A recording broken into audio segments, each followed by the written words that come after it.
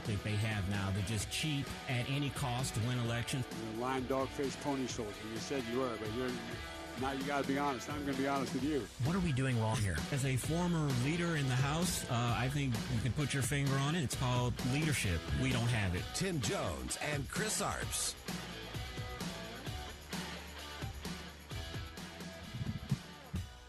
And welcome into the Friday edition of the Tim Jones and Chris Arps Show. It is January 23rd. And if you are watching on the stream, my partner Tim Jones is not in the studio with me today. He is somewhere in beautiful, sunny Georgia. But he may get affected by Snowmageddon, which is in the forecast for over the weekend. Also, if you're watching and you've been listening for the past week or so, you know that producer Joey is somewhere in the Bahamas or somewhere in the Caribbean enjoying sun. And with me today, again, is producer Ethan. How are you, my friend? Hey, Chris, it's good to be back, man. Excellent, excellent. Are you prepared for Snowmageddon? It's affecting some of my plans. I've already canceled plans for it. See, I'm not afraid of driving in the snow, but people are afraid when I do it, so I don't know. Here's the thing that I don't understand about Snowmageddon or snow forecasts, because people seem to panic when there's a forecast for heavy snow. I had to go to Schnucks today, not to go grocery shopping, but my wife had a prescription that I needed to pick up. And it was, of course, as you'd expect, parking lots are full. The lines at the grocery store were very long, of course. But here's what I don't understand, Ethan. Look, if my wife hasn't gone to the grocery store in a couple of weeks or 3 weeks, there's still enough food there. It may not be what you want. You know, it's the last remnants of the stuff that you have to fix if you absolutely have no food left. But, I mean, we could probably survive for about 2-3 weeks, maybe a month on what's in the pantry. It's not my favorite food, but if I didn't have anything to eat, we could fix that.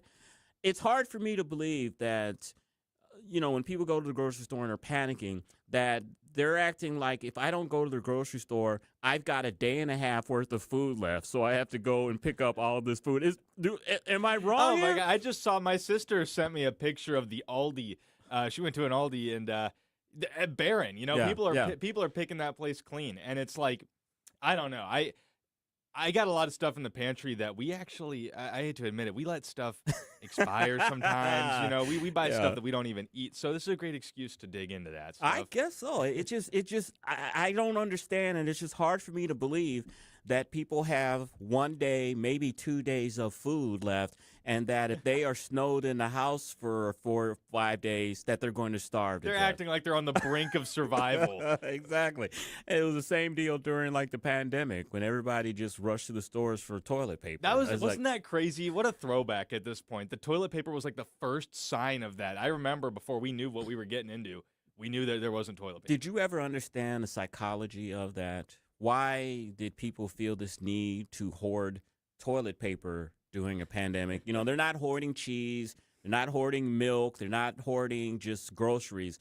People felt a need to not have their toilet paper run out. What do you think is the psychology behind that? Yeah, I mean, if that's really the first place your brain goes, I'm sorry. Oh my God, I I can't wipe. Oh, it's Armageddon. I mean, it really is strange. But I guess they're just really thinking about those comforts, right? You want to be able to do that as you starve to death in your house. Yes. At least you can wipe. At least down there is clean, I guess. That's a strange situation. Well, as we've been discussing here, Snowmageddon News 4, which we get our weather forecast from, they said that the snow will begin Saturday morning to around lunchtime. Says it'll be fluffy, light snow, snowfall Saturday afternoon to evening for St. Louis will rain just 1 to 2 inches. So we won't get a lot of snow on Saturday, but apparently the snow will pick up intensity Saturday night through noon Sunday. They said this will be the worst travel and will pick up an additional 6 to 10 inches in St. Louis. Heavier totals expected farther south. And then Sunday afternoon it will snow again, but it turns lighter with an additional 1 inch or less expected before tapering off by Sunday evening. So 6 to 10 inches in the St. Louis area. We'll get that late Saturday. I think this is a fantastic weekend to just sit in the house, have a bourbon or two, drink some beer, some hot cocoa, and watch the AFC NFC championship games on Sunday. Sounds like a great weekend for that, if you ask me. You a football fan there, Ethan? No, not quite. But I've got my own sports event this weekend. Okay, what is it? Because I like watching the UFC when I can. But they always been doing it on pay-per-view, and I will not pay per view. Okay, I won't do that. And I have not done it for a very long time. Are you cheap? I am. But they finally have moved it to Paramount. It's finally on a subscription network, so I can effectively watch it for free. I will admit I'm not a huge UFC fan, and I'll tell you why. And I'm not disparaging anybody that watches or likes it.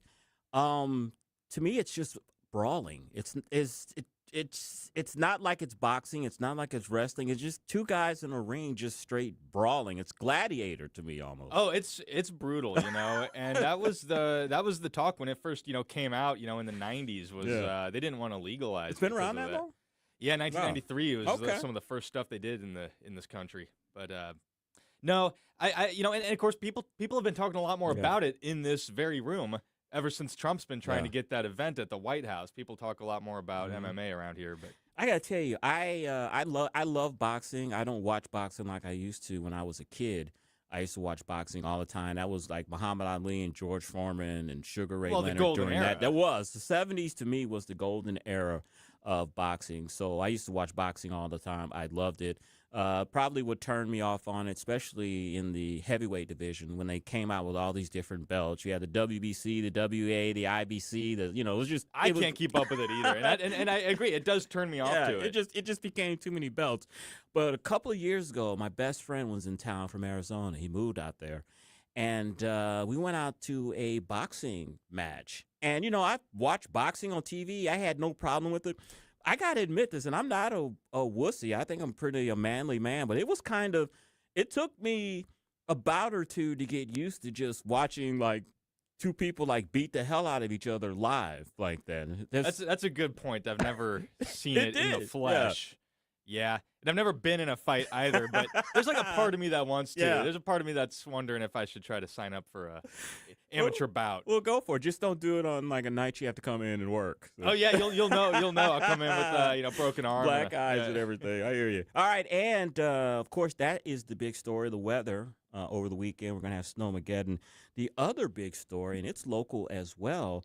A federal grand jury convicted former St. Louis Alderman Brandon Bosley of insurance fraud and lying to the FBI. Of course, Bosley is a very famous political name here in St. Louis. His father, Alderman Freeman Bosley Sr., who passed away a couple of years ago, had been in city government forever, was kind of the godfather of North St. Louis politics. Brandon Bosley has a sister who's a state rep who is currently serving, and he is currently an alderman, I think, or an ex-alderman, and he got caught up in an insurance fraud scandal. It was involving, if you remember, there's this guy in North St. Louis who owns gas stations, and apparently he was involved with some crimes himself regarding untaxed cigarettes and some other illicit things. And in order to spare himself prison time and probably to be deported, he decided to become kind of a stool pigeon, if they still use that word, or a rat. And so he set up former St. Louis Alderman Brandon Bosley. He was also involved in the setup of former Aldermanic President Lewis Reed and former Alderman Jeffrey Boyd and John Collins Muhammad. All of them have gone to prison as a result of this sting operation by a business owner. His name is Muhammad Al-Mutan. And this is a very sad situation. And, Alderman Brandon Bosley has a very famous political name here in St. Louis.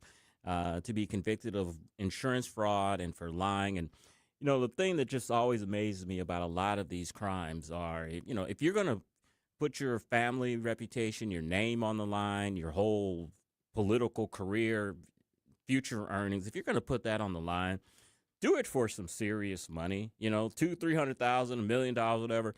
These people have been convicted of crimes of $7,000, $8,000, $10,000, $12,000. I mean, you're going to throw away your entire life, your entire reputation for, you can consider paltry sums of money.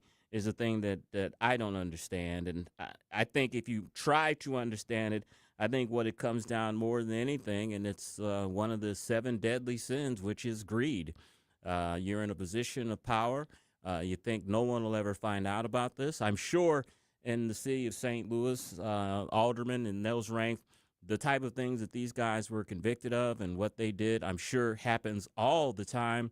Unfortunately for them, you've had Mr. Al-Matan, who was looking for a deal, decided to cooperate with the FBI, and he set these folks up with in a sting. So Alderman Friedman Bosley, I think he is looking at 20 years. I doubt that he'll get that long because this is his first offense.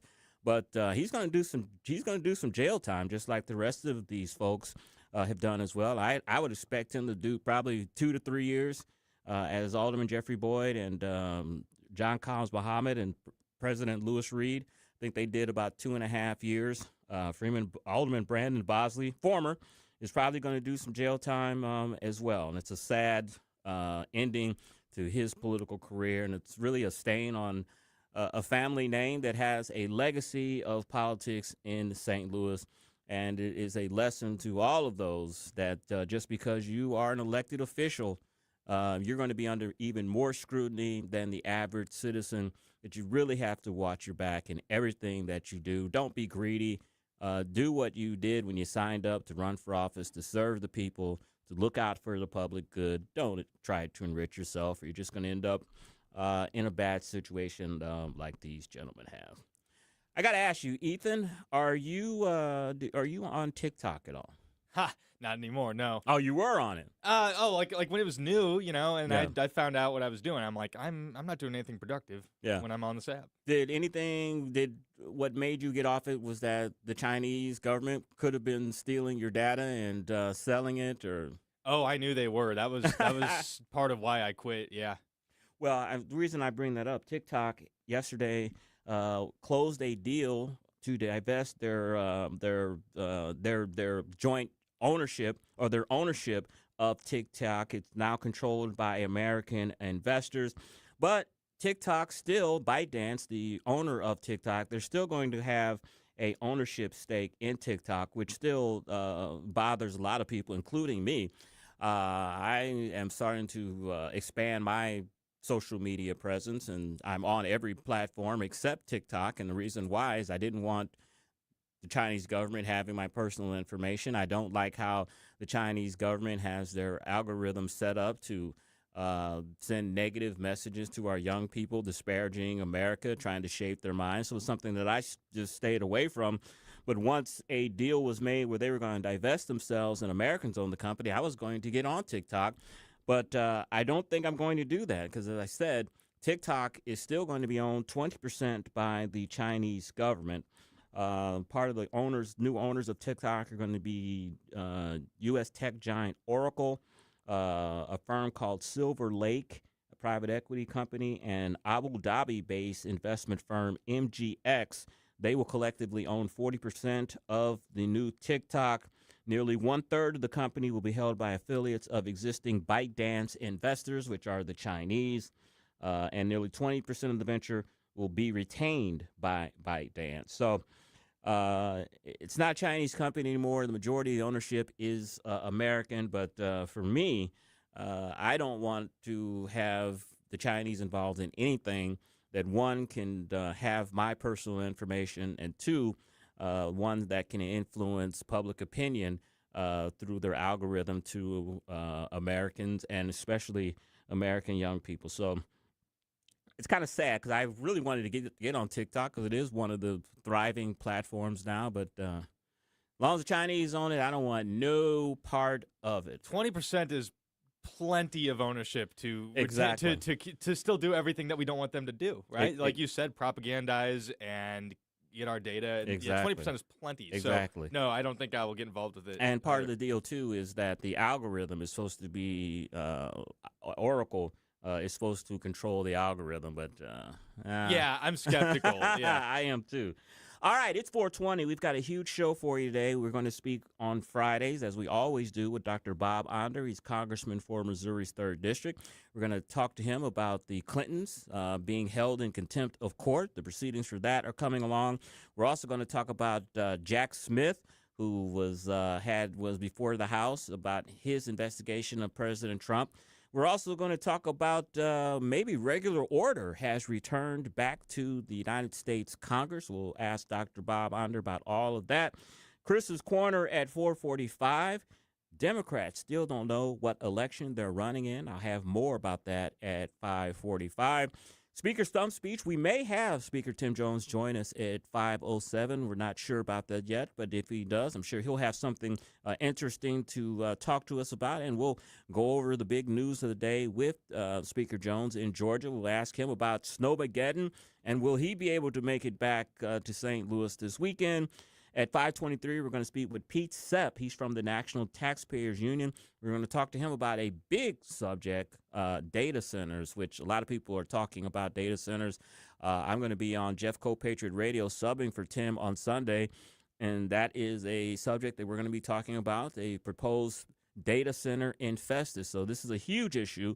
We'll speak with Pete Sepp from the National Taxpayers Union about that.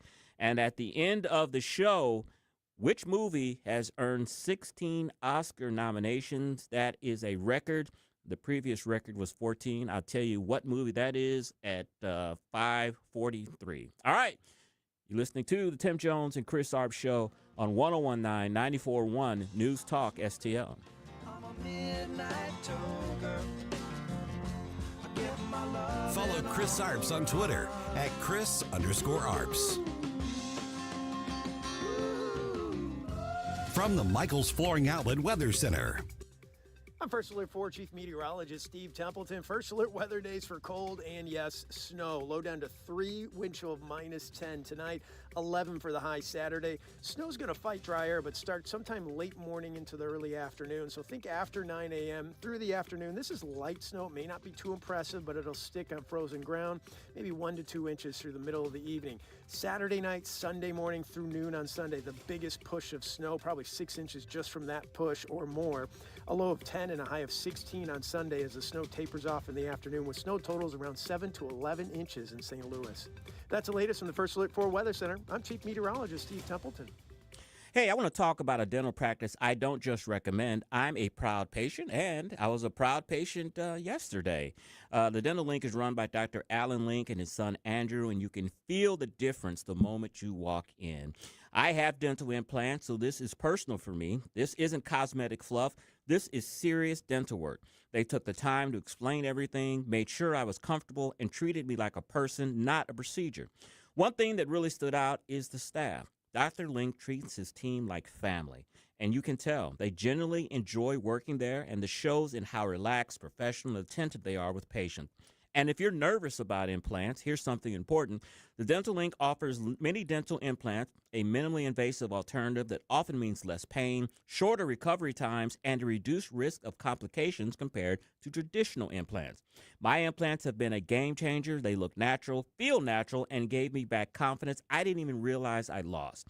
The Dental Link Baldwin's office is located at 141 in Manchester, and you can reach them at 636-496-8584 or learn more at thedentallink.com. Do good, do it well, have fun doing it. That's their motto. Hey, it's Vic Porcelli here with our great friend Chris Cooper from Serenity Wealth Management. Hi, Chris. How are you, Vic? I don't want to put anybody else down, but that when you go up and visit you at Serenity Wealth, your place looks like home. So a lot of financial advisory offices, they have, the big mahogany desk or the big marble entryways and things like that, the stock market channel on the TV when you walk in the door, right? That doesn't really drive a good conversation. Good financial guidance and advice starts with a good conversation. People are nervous. People are afraid to talk about finances, right? And so you can see a little standoffish. Well, my objective is to try to have a good, casual conversation. By having those conversations about life, goals, objectives, it's what makes me understand what our financials are supposed to fund. So if somebody does want to have a good conversation, how do they do that? How do they find you? Our website is the best way to do that because you can get all the information you need, understand where we are, get a little bit more information, all that. SerenityWealthNow.com. Reach out to Chris and Stacy today at SerenityWealthNow.com. Investment advice offered through Fortis Capital Advisors, LLC. News Talk STL. This hour of Jones and Arps is brought to you by Stifel. Contact your Stifel financial advisor at stifel.com. That's STIFEL.com.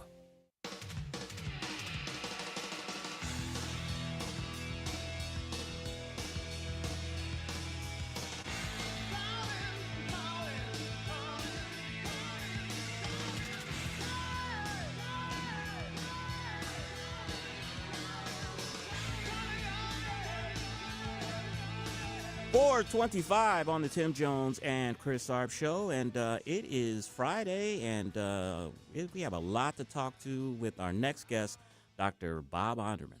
Bob Onder. Dr. Bob Onder, congressman for Missouri's 3rd District. We're calling Dr. Bob. We're calling Dr. Bob. Dr. Bob.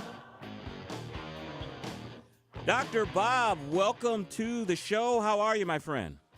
Chris, it is great to be with you. Excellent, excellent. Well, yesterday, big news on Capitol Hill. Jack Smith testified before a committee that you sit on, the House Judiciary Committee. We've all seen the clips. We've all seen the video. Very contentious hearing. Tell us what you thought of it, and what were a few of the questions that you asked Mr. Smith? Yeah, well, Jack Smith, you just look at the guy and he looks like a villain out of a James Bond movie.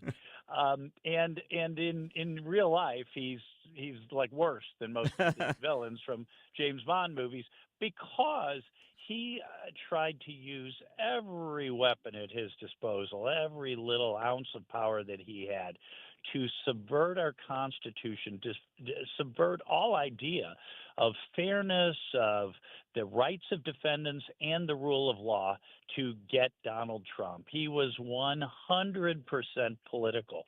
I have to say, during the hearing, I found him kind of weird more than anything. He kind of played with his pen a lot. I don't know if there was a nervous tick or what.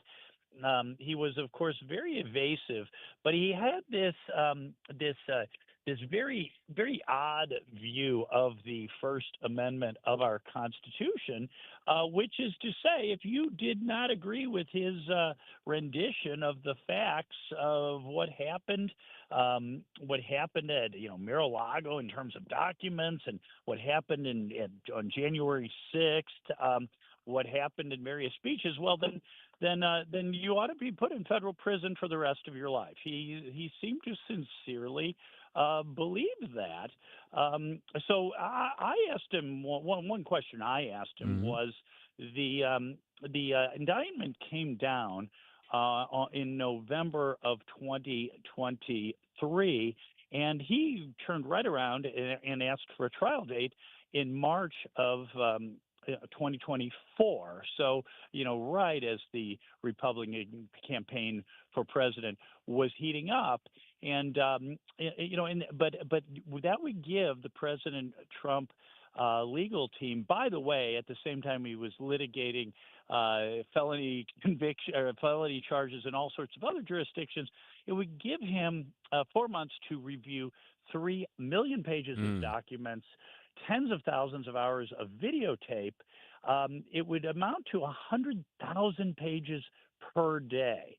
And I asked him, look, this whole business, well, you got to have a speedy trial. I said, that's a right of a criminal defendant who doesn't want to be in jail for, 4 years awaiting trial. That's not a right of you, a prosecutor, to railroad a case through to try to disqualify a candidate for president of the United States. No one's above the law. He was just so disingenuous, so slimy. But I think we got a lot of good questions. He was asked. There's no question there. It was an unprecedented weaponization of our system of justice against Donald Trump and against our democracy. Congressman, I consider myself average Joe Q citizen, just like every other taxpayer. And it's hard for us out here in flyover country to understand how can an investigation cost $35 million. What's involved in that? Is that salaries? Is that travel? I mean, how does an investigation cost $35 $25 million. Yeah, I don't know how it adds up to that. Because most of the people working on the case already work full time for the federal government. I doubt that would be even counted in that, or maybe it is. Maybe that's what it is. He had a team of hundreds of people, and he counted all their salaries. But no, it's a lot of the evidence, the documents. Like when a lawyer has a personal injury case, they have to get records from the hospital. Sometimes that would cost the hundreds or even thousands of dollars. But in this case, no, the federal government owns the Capitol Hill police videotape. They employ the Capitol Police and so on. So it's mind-boggling. Jack Smith could not even tell us. He admitted to us that a confidential source was paid $20,000 and couldn't even tell us what that source was paid to do. And one of the things that did come out yesterday in the hearing, how on the phone records of some U.S. senators and congressmen were subpoenaed. When he went to the judge to ask for those subpoenas, he did not tell the judge whose records he was subpoenaing. Not even Kevin McCarthy, Speaker of House, second in line to the President of the United States. So this guy is a man of just unmatched duplicity. I think he deserves to be in an orange jumpsuit. But it's just a person like this has no business being an officer of our court. Congressman, the people deserve to know about Jack Smith's investigation, the money that he spent. That's an open thing. We should know about that. But what's the next step? We should audit. What's the next step with this? I mean, does he get referred to the Justice Department for possible criminal action, or we just have this hearing and we learn all this stuff and it just falls by the wayside? Yeah, that's a really good question because, a lot of my base, they contact me through social media every day saying, I won't be happy until this guy's in an orange jumpsuit and shackles. And, look, people in our system are innocent until proven guilty. Prosecutors have a broad range of discretion. But, when we're talking about prosecutorial discretion, we're usually talking about prosecutors saying, you know what? Our office is really busy. We have limited resources. We're going to let this shoplifter go because we want to get this drug cartel member, or better yet, let's get his boss. Back in Venezuela, as an example. So I really there is such a thing as malicious prosecution. I think Jack Smith. I don't know the exact criminal penalty for that. He has a lot to answer for, and I am not. I am not at all sure. And certainly, if along the way he has lied to Congress, that itself is a federal offense. You can go to federal prison for that. Just ask Ollie North about that one. So no, I think this guy's ethics, his morality, his way of prosecuting the Trump cases is just completely beyond the pale. It's hard for many of my constituents to believe he did not break some laws. And even more recent, we can ask Steve Bannon the penalty of lying, allegedly lying to Congress. We're speaking with Dr. Bob Onder, Congressman for Missouri's 3rd District. Congressman, on Thursday night, the House of Representatives passed the final appropriation bills for the year. Congressman, is regular order back? Yeah, well, it's a big move in the right direction. We have not had regular order in the U.S. Congress for decades. This wasn't quite regular order. It wasn't quite what we learned in 7th grade and Schoolhouse Rock, where the House passes the budget, it goes to the Senate passes something slightly different. You go to conference, you work out the differences at conference. I would like to see a return to that, because what that would mean is the House would pass a much more conservative budget, because we don't have to get 60 votes. We could hopefully get our team together and pass a truly conservative budget. The Senate, because they have to get some Democrat votes to get to 60, pass a not-so-good budget, and we go in the middle. They pre-conferenced some of these budget bills, meaning the various budget committee members got together and made a House-Senate agreement. But yeah, we moved a long way in the step of regular order. We spared the American people another 43-day shutdown. Honestly, the Democrats anything the federal government does has some pork in it.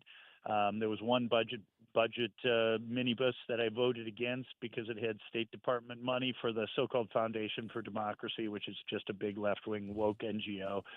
So I voted against that. Mm-hmm. But yeah, getting back to regular order, not allowing the Democrats to hold the people of America hostage, not allowing them to get any funding for woke programs, woke international aid programs. That was a huge victory. Another huge victory on that same front is today President Trump announced an expansion of the Mexico City policy. That's the policy since Ronald Reagan that said no aid to health programs would go to organizations that promote or do abortion. Today, President Trump expanded it to the 53rd anniversary of the March for Life, expanded it to all government aid, all international aid. So, we still have President Trump and Russ Vought and Steve Miller and others in the White House watching how some of this money gets spent, and that's a good thing as well. Congressman, the Democrats made a lot of noise this week that they were not going to pass the Homeland Security bill. It eventually passed 341 to 88. Was the politics too tough for them to vote against the Department of Homeland Security and eliminating illegal immigrants from our borders, from our nation? Yeah, I think ultimately it was. They made a lot of noise about that. I think I thought it was entirely possible we would end up with another partial continuing resolution or even a shutdown. But at the end of the day, I think Democrats realize that Donald Trump and the Republican Congress, we were elected on a mandate to make our borders secure, to enforce immigration law, and to make everyone more safe. And they can spin what happened in Minneapolis. I think the ICE officer was acting in self-defense. They can try to make the next George Floyd or the next Michael Brown out of that incident. But the fact is, Americans do support the President Trump's agenda on illegal immigration, does support cracking down on criminal illegal aliens, and it's crazies like Governor Walz who are the outliers here. So yeah, I think a shutdown over that issue, over the funding of ICE, I think they realized in an election year was going to be a losing issue for them. So a lot of them did the right thing and voted. And again, not only for the other budget bills, but for the Homeland Security bill as well. You think one thing they did to try to appease the base back home for voting for the Department of Homeland Security bill was this bill that has 100 Democratic co-sponsors to impeach Kristi Noem? And tell us what's going on with that. Yeah. I think that's right. That's a so-called messaging bill for the base back home.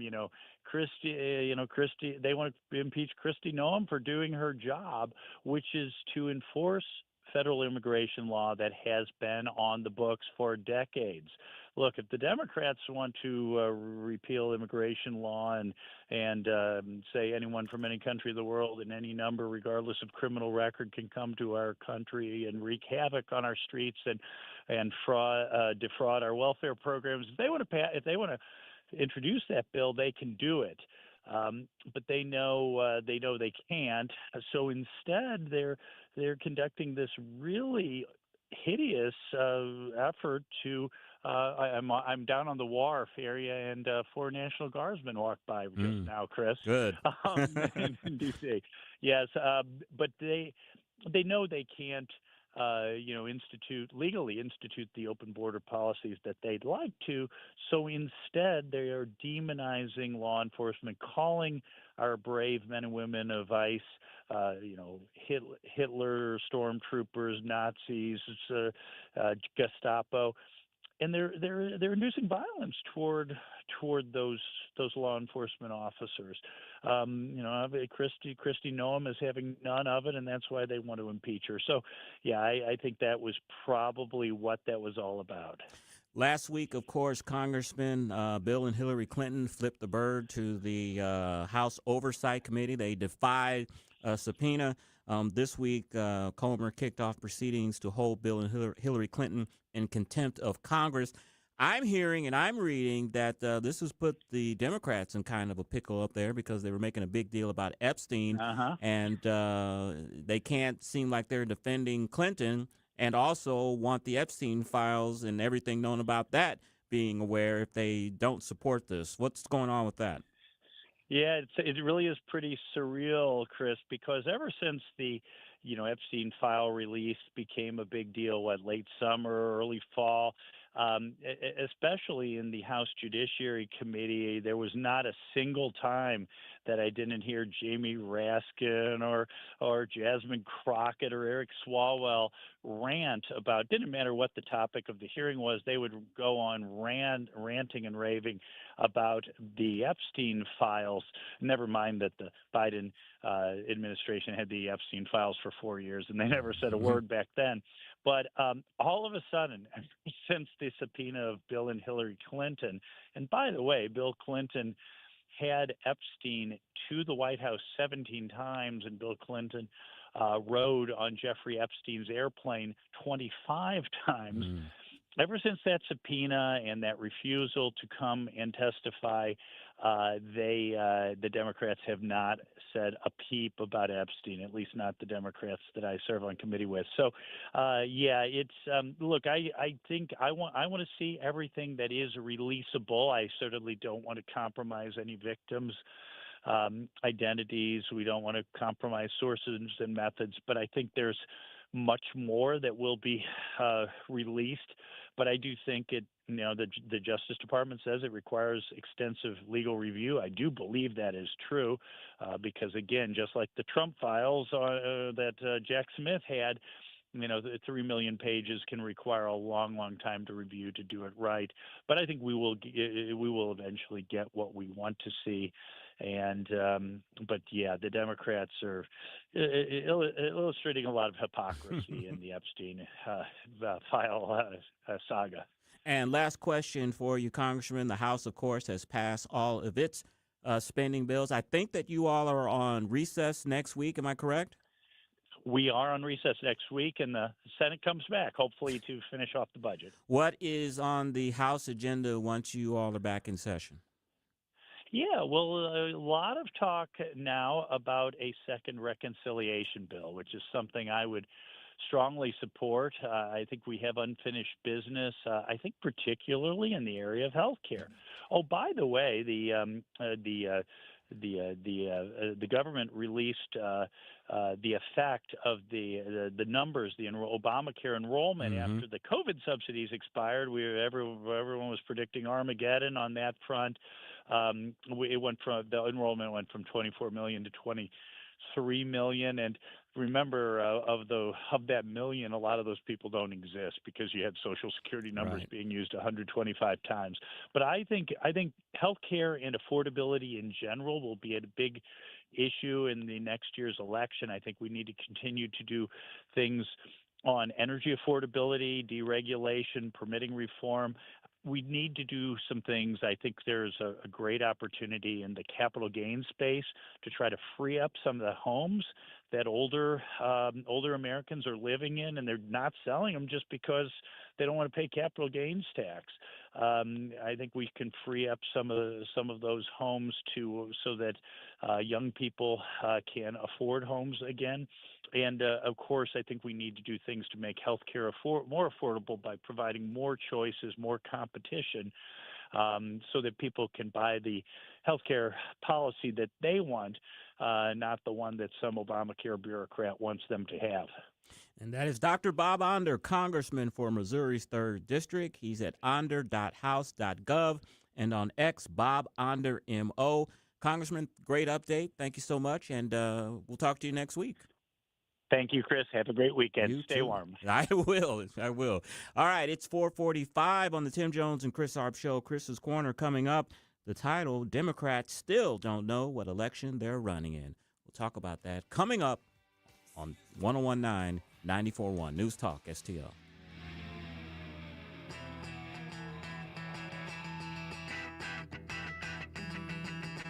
Follow us on Rumble at News Talk STL. From the Michaels Flooring Outlet Weather Center. I'm First Alert 4 Chief Meteorologist Steve Templeton. First Alert weather days for cold and, yes, snow. Low down to 3, wind chill of -10 tonight, 11 for the high Saturday. Snow's going to fight dry air, but start sometime late morning into the early afternoon. So think after 9 a.m. through the afternoon. This is light snow. It may not be too impressive, but it'll stick on frozen ground, maybe 1 to 2 inches through the middle of the evening. Saturday night, Sunday morning through noon on Sunday, the biggest push of snow, probably 6 inches just from that push or more. A low of 10 and a high of 16 on Sunday as the snow tapers off in the afternoon with snow totals around 7 to 11 inches in St. Louis. That's the latest from the First Alert 4 Weather Center. I'm Chief Meteorologist Steve Templeton. On the next, Larry Connors, USA. Today, story behind the story when the U.S. Army targeted St. Louisans with a toxic chemical. Larry Connors, USA. Now, weeknights 6 until 8 on News Talk STL. License number E2014A. Hey, it's good to see you. You know, there's a certain way we do things around here. The Grasser way. The Grasser way? We don't cut corners and we don't take shortcuts. Not on the little stuff and not on the big stuff. We do the big stuff. That's right. Whole home generators that kick on the moment the grid gives up. Lights stay on, heat stays on, your family stays safe. So your house stays warm. And your ice cream stays frozen. Green is always Grasser at GrasserHomeservices.com. Ever feel like just a number in a waiting room? Hi, I'm Shannon Tribune, Director of Operations with Body of Health Direct Primary Care. Navigating the medical system can be a maze of stress. I'm your personal guide at Body of Health. I handle the messy parts of medical care, the logistics and complex coordination both in and outside our walls, so you and Dr. Tobler, that's my dad, can focus on what matters most, your health. At Body of Health, you're not just a patient, you're part of the family, because that's healthcare the way it ought to be. To learn more, schedule a discovery call at bodyofhealth.com. This hour of Jones and Arps is brought to you by Stifel. Contact your Stifel financial advisor at stifel.com. That's STIFEL.com.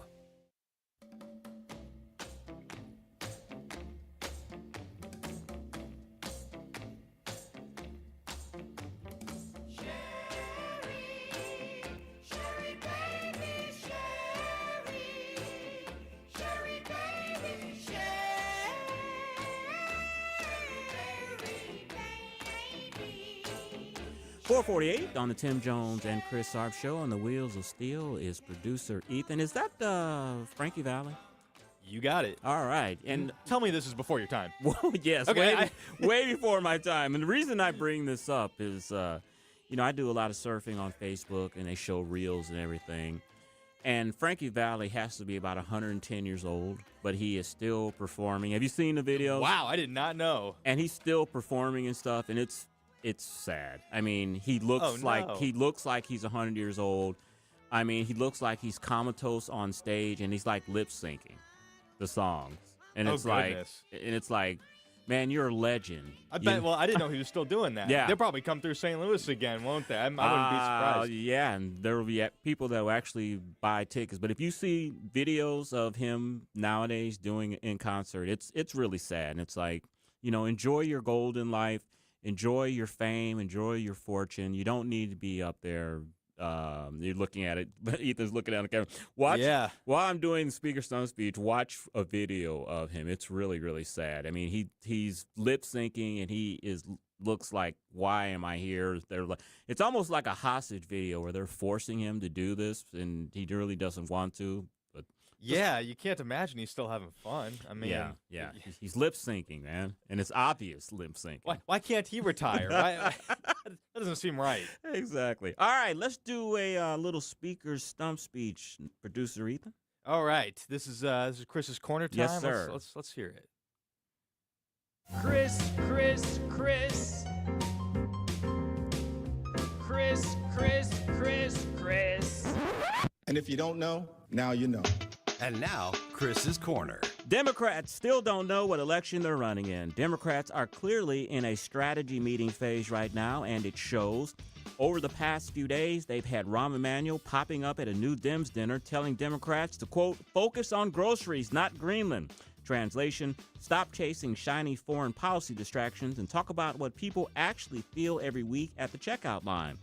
On its face, that's not wrong. Cost of living matters. Inflation still matters. Voters feel squeezed.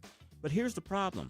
Democrats can't decide which story they want to tell about why people are struggling.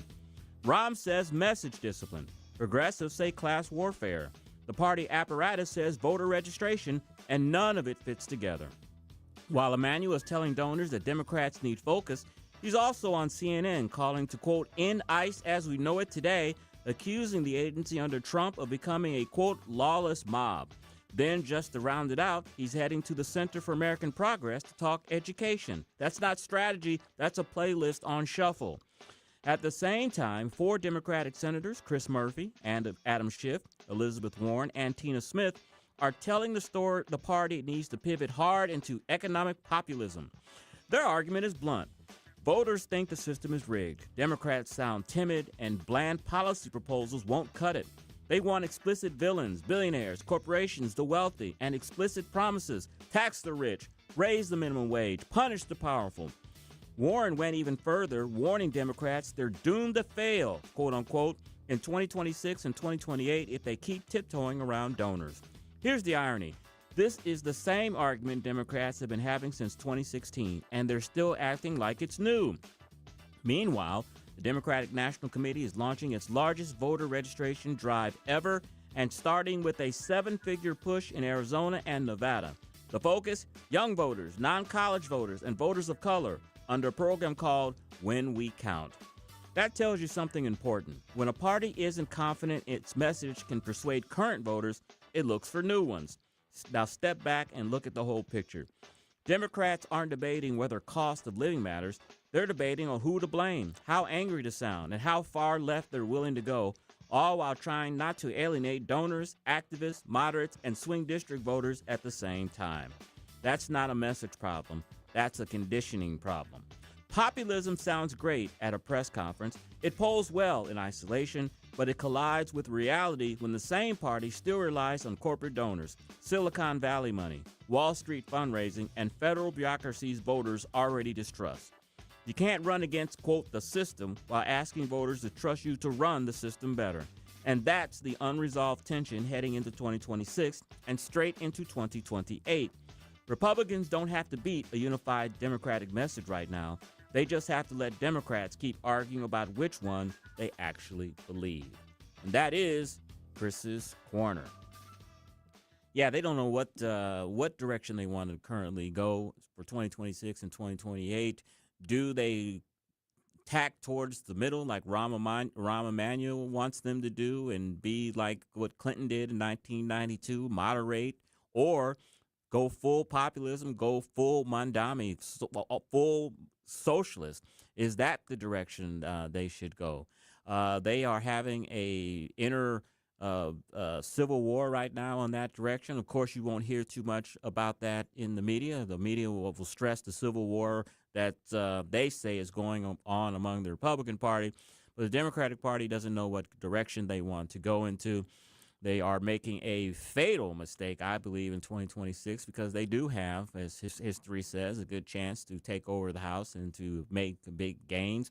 But with everything that's going on in Minneapolis and in California and other sanctuary cities with these illegal aliens and their activists impeding the police and ICE and not allowing them to do their jobs, I think Americans see that for what it really is, that the Democrats believe in lawlessness. The Democrats are putting illegal aliens and lawlessness before law and order.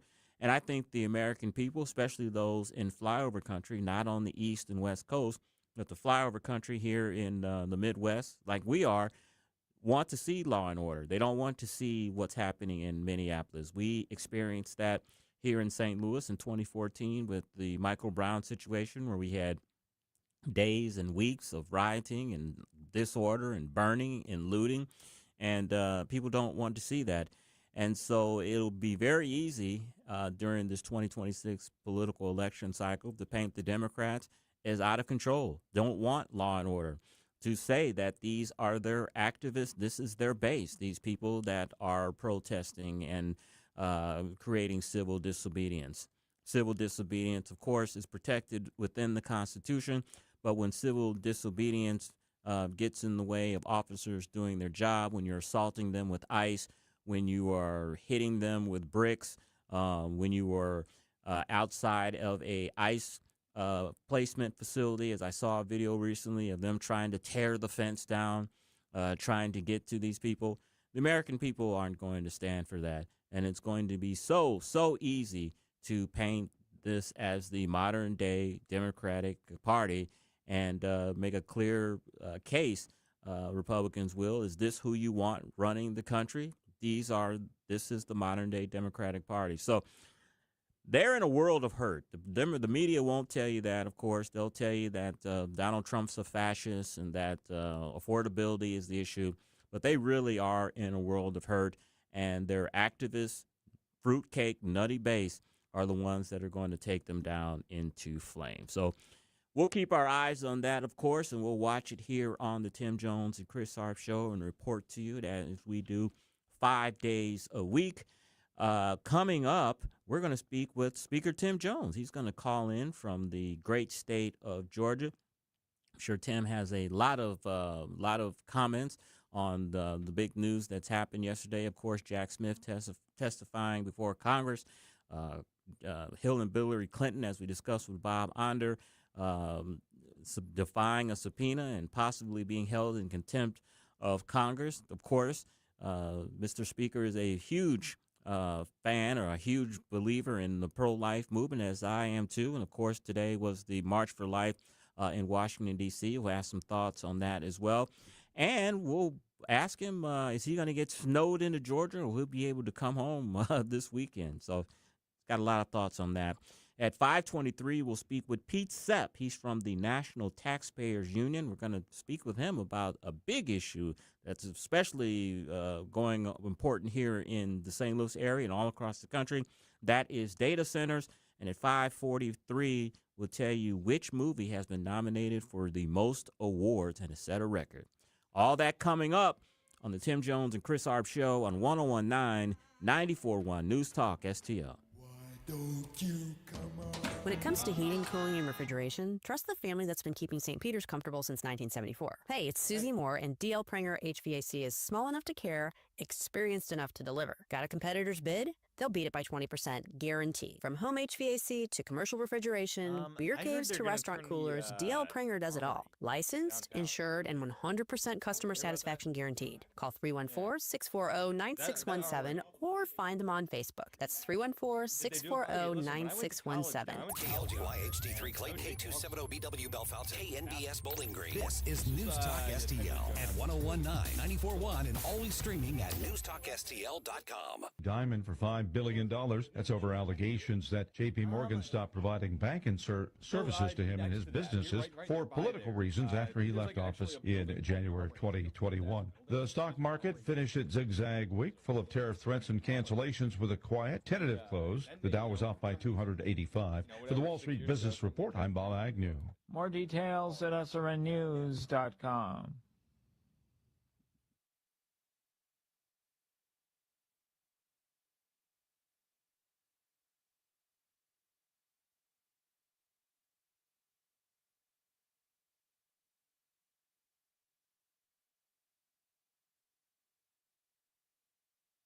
There is no room in America for this kind of conduct. All of a sudden, they care about free speech? No, they care about dependency and control. Free speech is alive and well in America right here. She will devour the real truth like it was a light snack. The agenda that the far left is pushing is not working for us. And I'm talking about everybody who look like me. 101.9 and 94.1. Fight for our freedom. This is News Talk STL. All the information I need on the drive to work. Mike Ferguson in the morning. I keep it on throughout the day, whether it's local, national, or something big that's happening overseas. News, analysis, and opinion. St. Louis is #1 for conservative talk. News Talk STL. News this hour from Town Hall. I'm Keith Peters in Washington. The annual March for Life was held today in Washington, D.C., bringing tens of thousands of pro-lifers to the nation's capital. House Speaker Mike Johnson told attendees that the GOP's slim national governing majority has achieved legal wins for the pro-life movement. This moment is truly an historic one for the pro-life movement, and you all know that. For the first time since Roe v. Wade was reversed, we have the White House, the Senate, and the House all working together to deliver meaningful and historic pro-life victories. The March for Life says their goal is not only to change laws at the state and federal level, but to ultimately make abortion unthinkable. Forecasters say over half of the U.S. population could be affected by snow, ice, or bitter cold as a winter storm sweeps across the country. National Weather Service meteorologist Frank Pereira says this is a significant storm. We're looking at over 170 million Americans that are going to be impacted by some form of winter weather, whether it be snow, sleet, or freezing rain. So quite a number of people are covering quite a large portion of the U.S. More than 1,000 flights were delayed or canceled Friday, with more expected Saturday. People are stocking up on water, food, and generators as they prepare for the storm.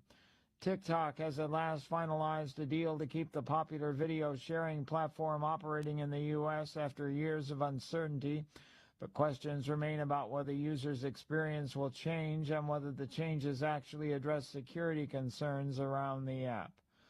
On Wall Street, a mixed day as the Dow was down by 285 points, the Nasdaq rose 65, the S&P advanced 2.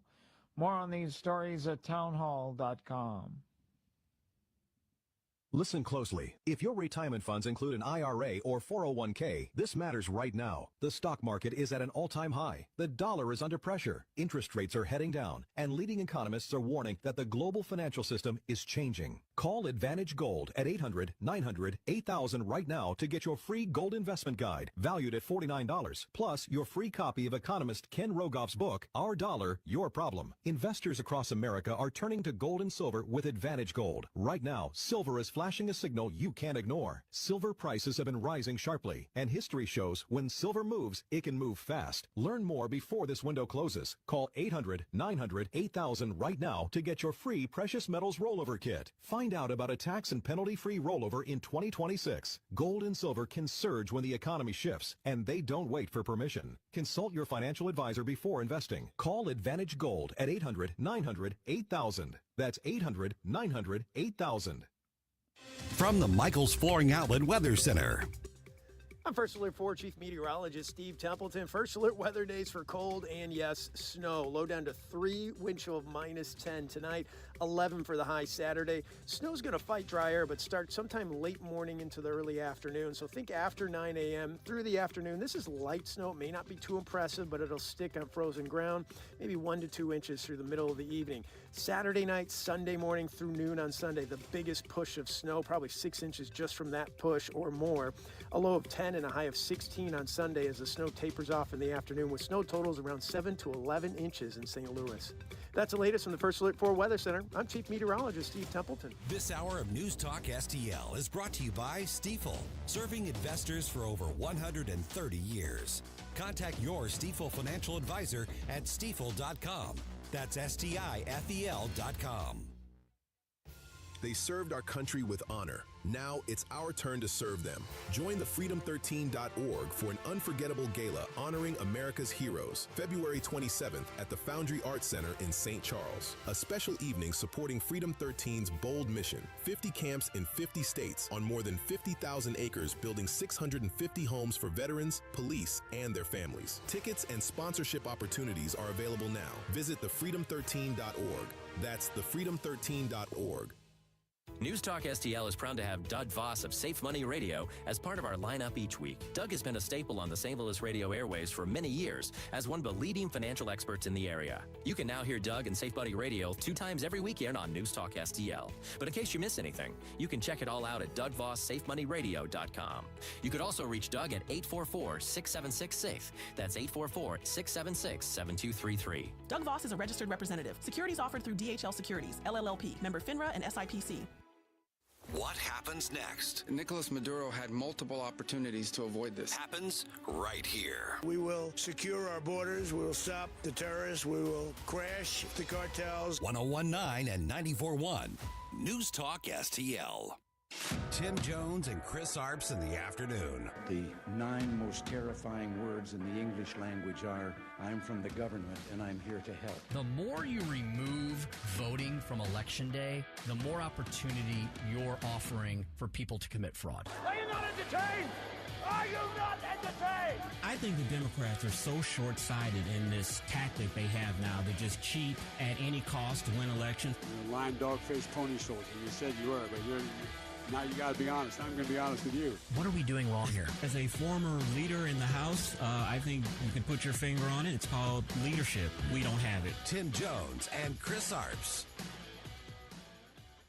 Listen to me, listen to me. I'm very consistent. I'm a very stable genius. It's time for the Speaker's Stump Speech, sponsored by Hanson's Tree Service at hansonstree.com. Yes, it's 5:06, and it is time for the Speaker's Stump Speech, live from Georgia. Yes, sir. You are a traveling man. I'm in Sea Island, Georgia, and I hate to say it, but I'm glad I'm here and not there. I know you guys are about to get walloped, and I wish you all much warmth and safety. I hope everybody is well, and please check on your senior citizens and your loved ones and your pets, and just hunker down and make French toast like we always do in St. Louis. Tim, I have to report that I had to go to Schnucks today to pick up a prescription for my wife at about 1:30, and the Schnucks parking lot was packed. The lines in the store were packed, so people were getting ready. You know, we were talking about this at the beginning of the show. I don't understand why is there panic buying because of, heavy forecast for snow. Look, the stuff that I love, we may have ran out of it and everything, but everybody's got enough food, I would think, in their pantry for stuff. It may not be the stuff that you like, or you can cook later, but I would think everyone at least has enough food in their pantry to last at least a couple weeks, 2-3 weeks, even if it's not stuff you ordinarily eat. I would agree, Chris, and I would hope so. I mean, I have lived. We have a very beautiful home right now, but I didn't always live in that beautiful home. Yeah. I've lived in tiny little apartments in New York, and I've lived in condos, and you always have a pantry. Exactly. Right? No matter where you live, you have some sort of a cupboard or a pantry, and you should have food stuff in there, right? Yeah. Like stuff that canned goods and ready mixed stuff and macaroni and cheese, and like you said, I would hope that most people, maybe people will be reminded once again, you should be prepared at all times to maybe be in your home for 2 to 3 days every once in a while. It just happens. Yeah, it's just whenever we have a snow forecast, people act like they're going to be snowed in their houses for the next month. And it's like, you got to still have some food left. It's not the food that you normally may like, but you've got peas and canned goods and all kind of stuff. Or I don't know. It's never just made a lot of sense to me, Tim. I totally agree. And, we also have things, Chris, on our phones called weather apps. and they're even free, and like I can look right now. I'm about 750 miles away from Missouri, and I can look right now and I can see that in Eureka, Missouri, yes, it's going to be pretty horrible for like 3 days. But Chris, by Tuesday, it's Friday. Today's Friday. It's Friday evening. By Tuesday, it's going to be 34 degrees and sunny. I'll bet you can get to the store by Tuesday at the latest. So you need 3 days. You need 3 days. We have to put up with your family and your loved ones and your pets and eat your oatmeal and your macaroni and cheese and make your French toast like we do in St. Louis. But by Tuesday, you can go back to your favorite grocery store. I'm going to guarantee it. Some college student for their thesis or their term paper needs to do a paper on this. Why do people feel the need to panic buy during a snowstorm? Even at best, you're going to be snowed in for a day or two, and you probably have food in your pantry. I wish somebody would try to explain the psychology of that to me. Indeed. My oldest daughter, Katie, is a psychology major. I might give her this assignment. That may be a good paper for her. Exactly. It might be a great thesis, great senior year thesis for her to examine the psychology of mass weather events on the human psyche and the need to raid grocery stores. Mm-hmm. Tim, of course, Minnesota is still in the news. The Antifa folks are still causing mayhem. Remember this week, last Sunday, Don Lemon and his cohorts invaded a church. Yesterday, part of the people that were part of that group were arrested, but a federal magistrate judge said that the Justice Department's effort to charge Don Lemon for what happened, they're not going to allow that. The judge was reportedly enraged by Pam Bondi wanting to have him charged. Your thoughts on that? Well, Chris, this is because he's a journalist, Tim. Remember, he's a journalist. Right. A journalist for what? Himself? Yeah. So, Don Lemon, why am I not surprised that I'm assuming liberal-leaning judge does not want to have any charges filed against the elitist Don Lemon? Chris, look, this is a problem. And as someone who has taken an oath multiple times to protect and defend the Constitution as a former prosecuting attorney, as a member of the bars of New York and Missouri, as a office holder on the city council level and the state representative level. Chris, it bothers me that it appears that in some quadrants of America, we have lost the ability for people who take these oaths, like the ones I just described, which this judge has had to take, where it doesn't matter what oath they take or how objective they were told they needed to be in law school or in these continuing legal education classes that judges and lawyers have to take every year. Chris, unfortunately, it seems that whatever your political philosophy, your underlying political philosophy, which everybody has, right? We're not robots. But it seems like people that whatever their political philosophy is, that's the ruling you're going to get from them. Yeah. Isn't that unfortunate? Like, you should be able to look at a judge and go, I shouldn't matter if that judge was appointed by George W. Bush, Bill Clinton, Donald Trump, or anybody else. They should, when rendering decisions on things of this import, this is something that impacts the entire country and our national psyche. They should look at the facts and the evidence and make it that way. And by you saying that this judge was enraged, that shows me that he has made a decision based on passion and not based on a cool review of the facts before him. I mean, it seems like, Tim, some law is just cut and dry. It's black and white. You either did this or you didn't do it. There are cases that come before the Supreme Court where you can interpret the way that law is depending on your judicial philosophy, and that's fair. The Supreme Court does that every term. But on some things like invading a church and being a part of a mob that's not allowing people to worship the Lord and exercise their constitutional amendment right, I don't see room for interpretation with that. That seems pretty black and white that it's unconstitutional and illegal. Yes, and that's exactly what I'm saying. The shoe shouldn't always be on the other foot, depending on what political philosophy is currently running the country or what political philosophy might be on the bench, because there's not supposed to be a political philosophy on the bench. Look, Chris, during the Biden administration, you and I covered multiple stories where Joe Biden's DOJ under Merrick Garland, probably one of the most politically partisan and divisive figures to ever hold the Attorney General's position, worse even than some of the folks we had during than Eric Holder, and that's saying a lot. Yeah. Chris, they targeted Christians. They targeted Christians and Catholics. We know that for a fact, for doing much less, right? They targeted Christians and Catholics for doing things like praying on street corners in front of abortion clinics, or even worse, for going to school board meetings and expressing their opinions in open forums where you're invited to express your opinions. That's what got Christians and Catholics targeted during Joe Biden's DOJ. But here, You have a mob invade the inner sanctum, the holy sanctum of a church that was not preaching hate and division, but was having a Sunday service. That's all they were doing. There was nothing political going on that day. And so you're telling me that can't be prosecuted, but Christians and Catholics praying on public street corners and going to open school board meetings can be? That's upside down America. That's inside out America. That's an America that I don't want to leave to my kids or grandkids. That's something that we need to fix. And so back to your example of this judge, yeah, when you're talking whether or not there was probable cause to believe that a crime existed, you should be able to coolly look at that and decide it. The prosecutor is supposed to zealously represent the state and try to bring the charges.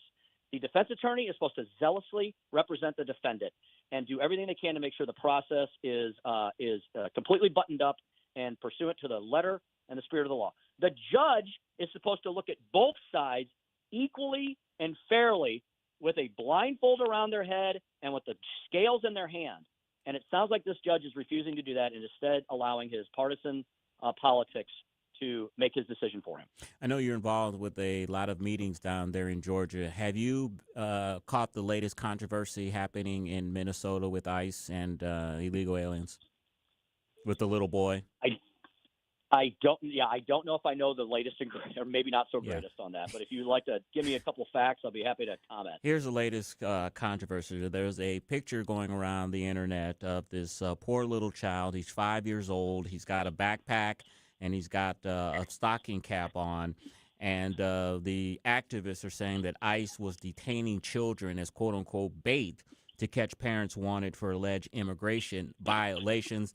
The facts of this case was, Tim, that ICE pulled over this car with this little boy in it. The father ran, left the boy in the car. They apprehended the father, of course. And so the picture that they have is of the little boy outside of the car.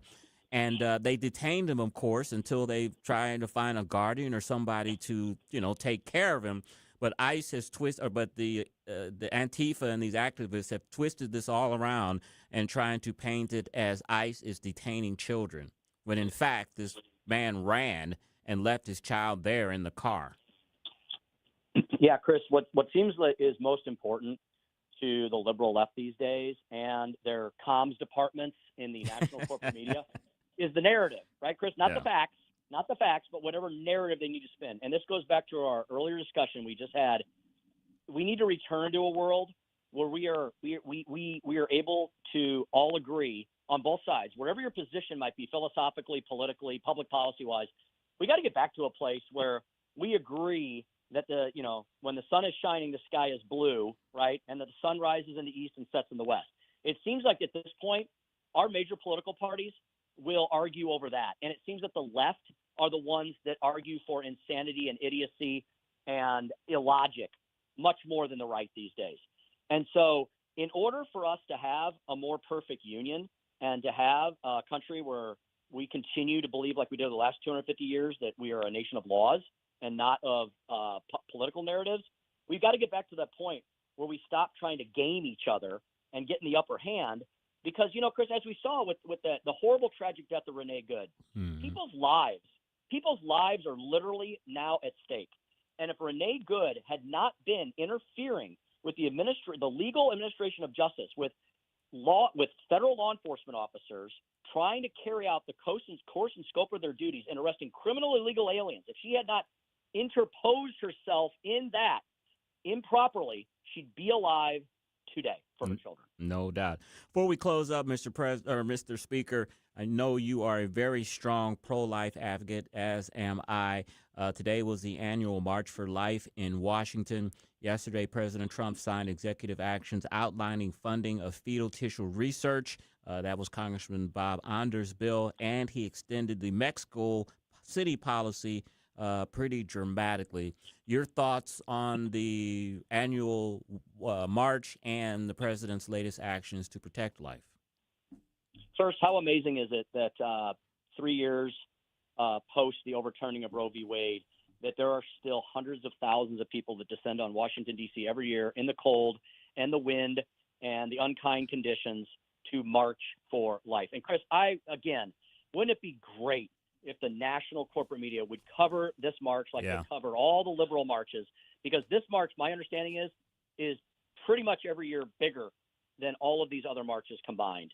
And it would show that there is a massive amount, millions of Americans who still believe in life. Now, when we're getting into the nitty gritty and the nuance, when do you believe life begins? Most of us on this issue believe it begins at conception, but not everybody does. But I would say a strong majority of Republicans, or not Republicans, a strong majority of Americans still want abortion to be safe, legal, and rare, like Bill Clinton said so many decades ago. And that a strong majority of Americans do not support late-term abortion. A strong majority of Americans do not want abortion to be used as a contraception.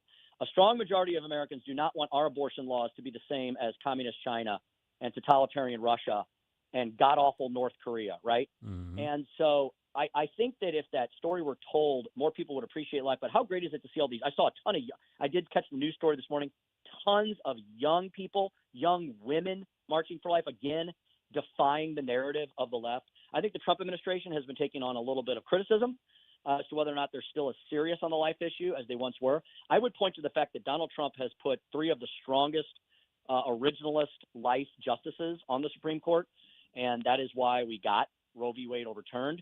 The president and his administration have to worry about 80 million zillion different issues. I'm glad to see they turned their attention back to this one and made sure that their supporters know that they still do support the life message. They still do support the life mission. And Chris, as I always say, if the state, quote, the government doesn't have an interest in life, then the state and the government will eventually cease to exist. Yeah. So for the perpetuation of the state itself and for the government itself, it better continue to protect life as much as it can, or there will be no life to continue to support it. And a final note, I forgot about this. Tomorrow, Minneapolis, they're supposed to have a massive march, and a lot of the businesses are going to be shut down in protest of ICE. But really, it's not going to make much difference, is it? Because the city's going to be shut down anyway because of the snow. Bad timing. Sometimes the good Lord and Mother Nature, Chris, give us a little lift, don't they? Exactly. That is Speaker Tim Jones, co-host, of course, of the Tim Jones and Chris Arps show. What's the weather down there? Is it sunny? Is it nice? It was about 58 degrees and sunny today, I'm sorry to tell you. Yeah, it was cold here today. It was in the 20s or early 30s, so it was not warm. And will you be able to get back to town on Sunday? You're leaving Sunday, aren't you? Chris, we've pretty much everyone who's here has changed their travel to hopefully fly out Monday morning. So God willing, and the snow and the ice don't fly too hard, we're all going to try to get out of here Monday. So say prayers for us. We all want to get back to our families. I miss mine already. And I've been talking to Suzanne and the girls a lot, making sure they're prepared for all this and talking them through it. So we hope to get back sometime Monday, but we want to be safe. Yeah.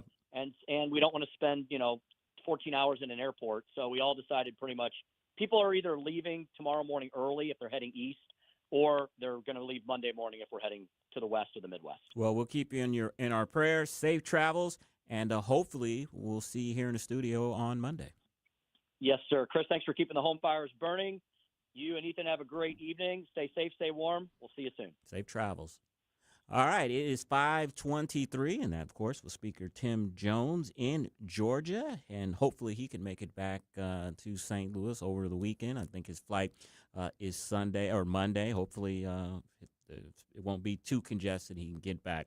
All right, coming up, we're going to speak with Pete Sepp from the National Taxpayers Union on data centers, however you want to say it. Of course, those are the big controversial energy-sucking factories that are helping to propel AI. We'll talk to Pete Sepp on those when we come back on the Tim Jones and Chris Arps show on 101.9 94.1 News Talk STL. Like and subscribe to us on Rumble. News Talk STL. From the Michaels Flooring Outlet Weather Center. I'm First Alert 4 Chief Meteorologist Steve Templeton. First Alert weather days for cold and, yes, snow. Low down to 3, wind chill of -10 tonight, 11 for the high Saturday. Snow's going to fight dry air, but start sometime late morning into the early afternoon. So think after 9 a.m. through the afternoon. This is light snow. It may not be too impressive, but it'll stick on frozen ground, maybe 1 to 2 inches through the middle of the evening. Saturday night, Sunday morning through noon on Sunday, the biggest push of snow, probably 6 inches just from that push or more. A low of 10 and a high of 16 on Sunday as the snow tapers off in the afternoon with snow totals around 7 to 11 inches in St. Louis. That's the latest from the First Alert 4 Weather Center. I'm Chief Meteorologist Steve Templeton. Doing some travel this week, and when you travel, you sit weird, you do a lot of extra exertion, you sleep weird, such and so forth. And you know what? It really pays to get yourself back into proper shape. That's why I'm looking forward to, after my travel's done over the next week or so, to getting into Comprehensive Chiropractic. Tim Jones here, tell you all about my great friends at Comprehensive Chiropractic.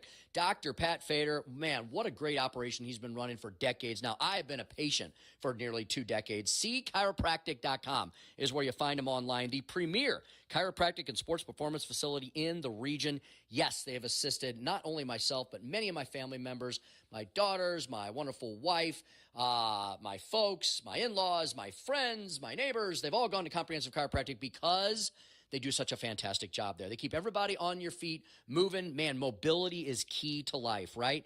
Now, they've got the foundational chiropractic care. They've got a lot of advanced services there as well. And they've got more. The Studio Health and Wellness Center, Pilates, yoga classes, other awesome exercise classes with licensed, experienced instructors. Beautiful environment. The studio is absolutely gorgeous. Big, bright windows, skylights. It's absolutely fantastic. On the second floor of Comprehensive Chiropractic, licensed massage therapists. And if you need a holistic, whole-body makeover, they can help you with that too. They've got personal trainers available. They are very affordable, very reasonable to fit into your busy lifestyle. Also help you with your holistic nutrition needs and so much more.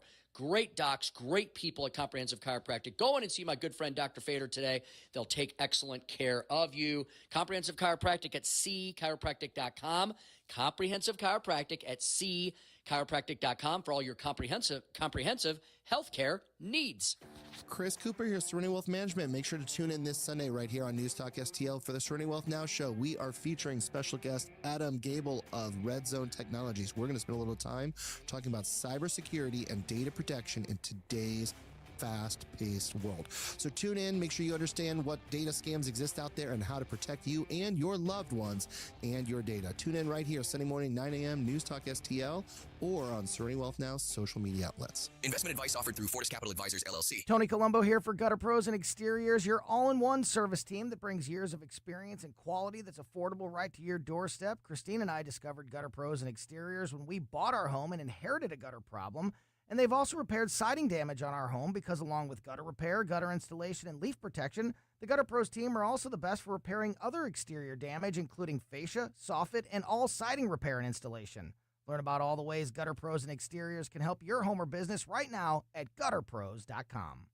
Hey, Jamie Allman here for my favorite go-to store for seafood, gourmet goodness, and tons of wine. It's Stars, 1135 South Big Bend. A huge selection of seafood flown in from the coast. Lemon sole, halibut, Maryland lump crab, Gulf shrimp, and you gotta try the trout dip. Plus, imported and domestic hand-cut cheeses, lots of hand-picked wines at great prices, hard-to-find gourmet foods, and fresh roasted coffee using only the best quality beans. Stars, 1135 South Big Bend, just off of Highway 40.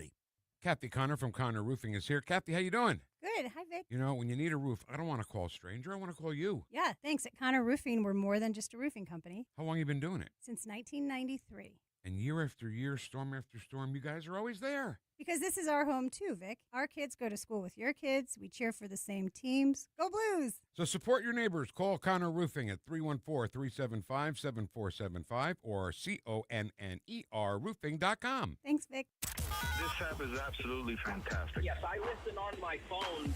If you have a phone, You have a radio. It is awesome. Download the all-new News Talk STL app. and listen anytime, Anywhere.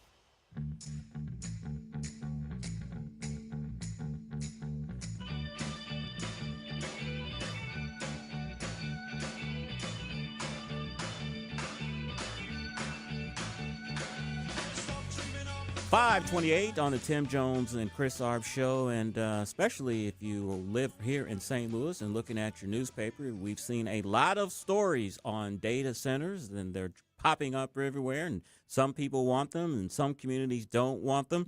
We have on the line with us Pete Sepp. He's president of the National Taxpayers Union, and we're going to have a discussion on data centers. Pete, welcome to the show. Great to be here again. Pete, I got to ask you, before we get started, are you in the path of Snowmageddon? Are you hunkering down? Yeah, sure. Snowmageddon here is 2 to 4 inches. Now, when I lived in Missouri back in the day, it had to be at least 12. Ah, we're encroaching on that. They're talking possibly 6 to 11 inches tomorrow evening, so we may be in that 12-inch range. Wow. Well, good luck. I know here the panic has already begun. Yes, yes. All right, Pete, you wrote an article for Washington Examiner on data centers. The title was "Smart Policies Will Show Taxpayers the Benefits of Data Centers." Tell us the gist of that article. Well, there sure are a lot of benefits to data centers if we scratch beneath the surface of those who say, oh, they're stealing electricity from residential customers and raising rates and causing traffic to snarl and so on and so forth. Actually, the opposite is occurring throughout the country if the right pro-taxpayer policies are in place. That means offering pro-business policies across the board, low taxes, consistently stable taxes. It means clearing the regulatory hurdles for the fast development of power. In other words, co-located facilities around the country. Many data centers and many technology companies are actually paying out of their own pocket to restart nuclear power plants, build natural gas facilities to generate their own power. In other places in the country, like Missouri, the public officials are clearing the way for smart development of data centers that will hold residential customers harmless. They won't pay extra at all for large load customers on the power grid, and even offering the opportunity for reductions in property taxes. I've seen that happen right in my own backyard, Loudoun County, Virginia. We're seeing it actually in Missouri. Warrenton just approved a new data center with no property tax abatements and projected revenue that's going to double the property tax collections for the city. I mean, that's incredible. These kinds of things are possible and can benefit taxpayers rather than rip them off like so many government-driven infrastructure projects. You know, Georgia Power says that data centers help freeze base rates for 3 years. How did they do that? Well, a lot of it has to do with the fact that large load customers are the ones who can pay for big upgrades in grid infrastructure. We tend to think of this paradoxically. We say, well, some factory or data center or shopping mall is going to drain a lot of electricity from the power grid and cost residential customers who will have to make up for this. The opposite is true. They come in, get charged for these large loads, and provide the financing for reinstalling new kinds of wires that can transmit more electricity, even building capacity. That's what's happening in places like Georgia. They are actually using it to make upgrades happen that have been needed for years, even decades in some of these places. Pete, there literally has been 3 or 4 data centers that have been proposed here in St. Louis and the surrounding area. They've been very controversial. A couple of those because it seems like the owner of the operating center, proposed center, was trying to get some special subsidies through the local government, or one of the person involved with the local government had a connection to the data center. So it wasn't necessarily the data center per se, but they've gotten a bad reputation in some quarters here. What could states and other local communities avoid when recruiting these data centers?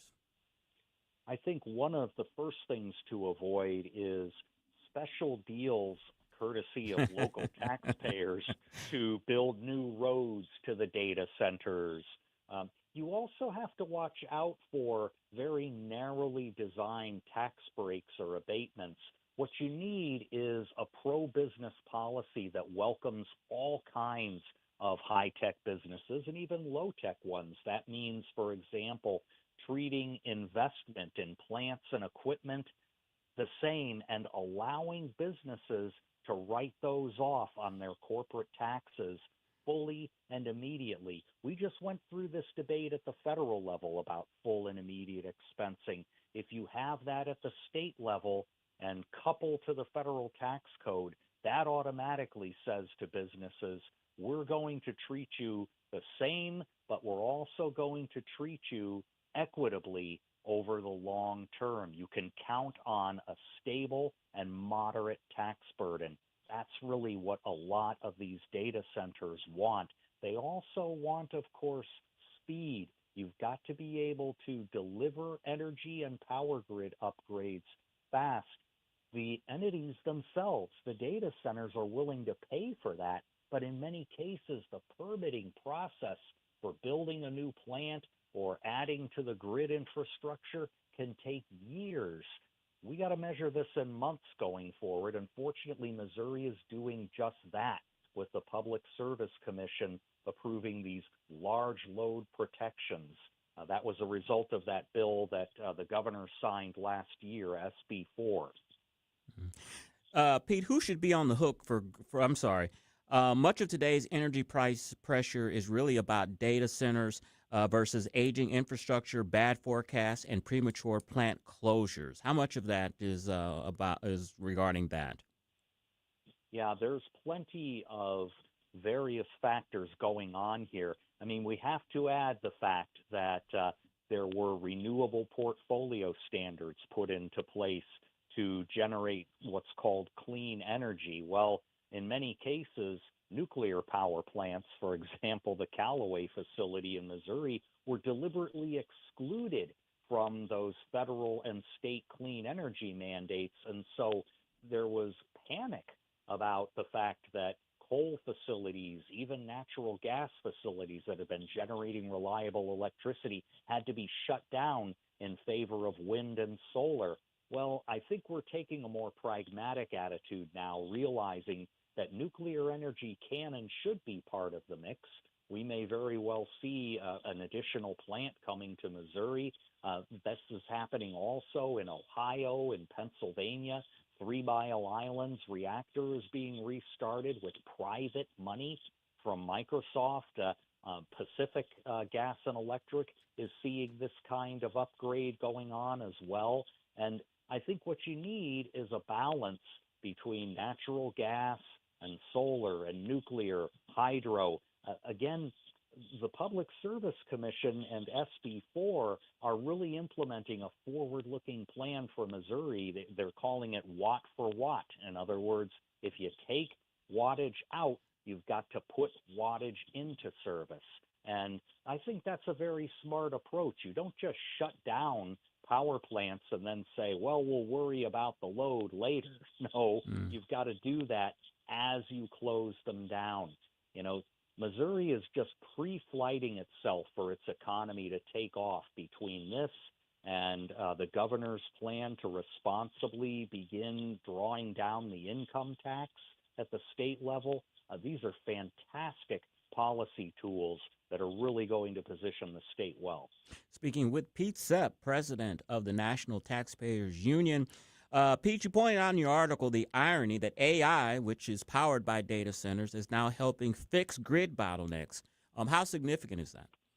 Yeah, very significant. In fact, AI is a key to balancing power loads and understanding needs at various points in the power grid as they are happening rather than after they've happened.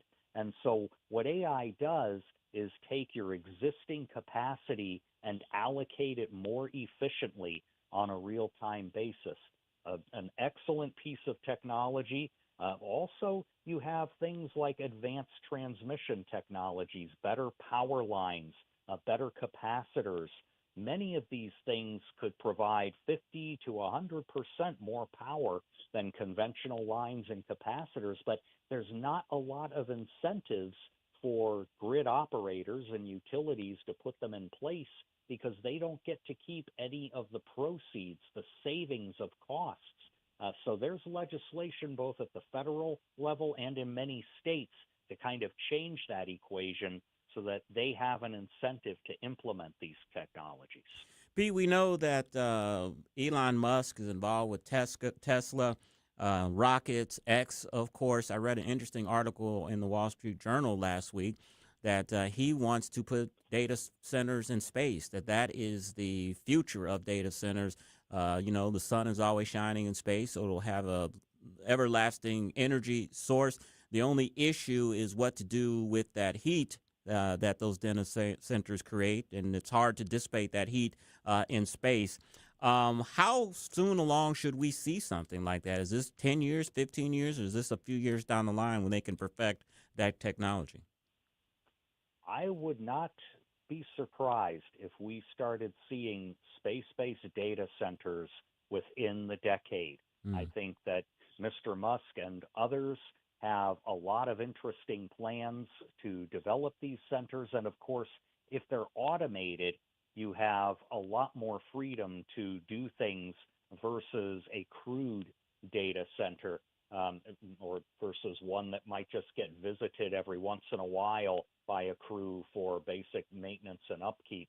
If you don't have to support a team of people in space, a lot of questions can answer themselves and a lot of problems can be solved. So I think we would see it sooner rather than far off.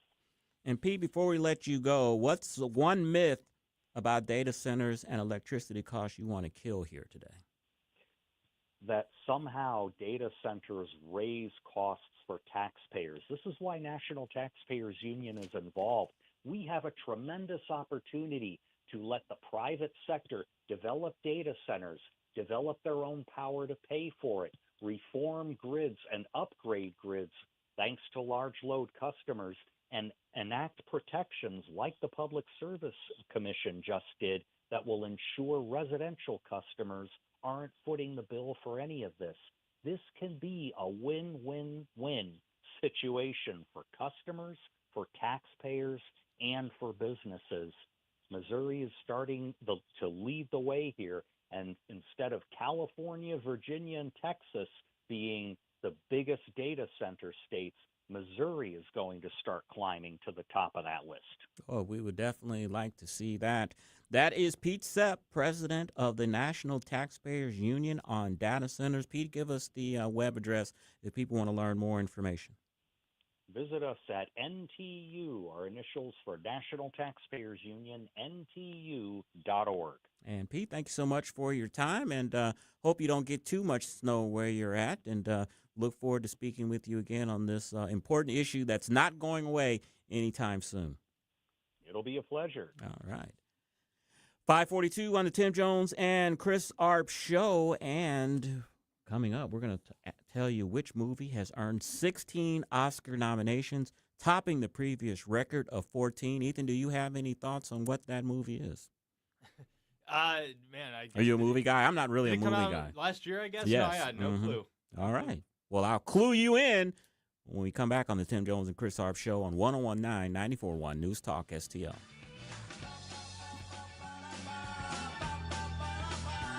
From the Michaels Flooring Outlet Weather Center.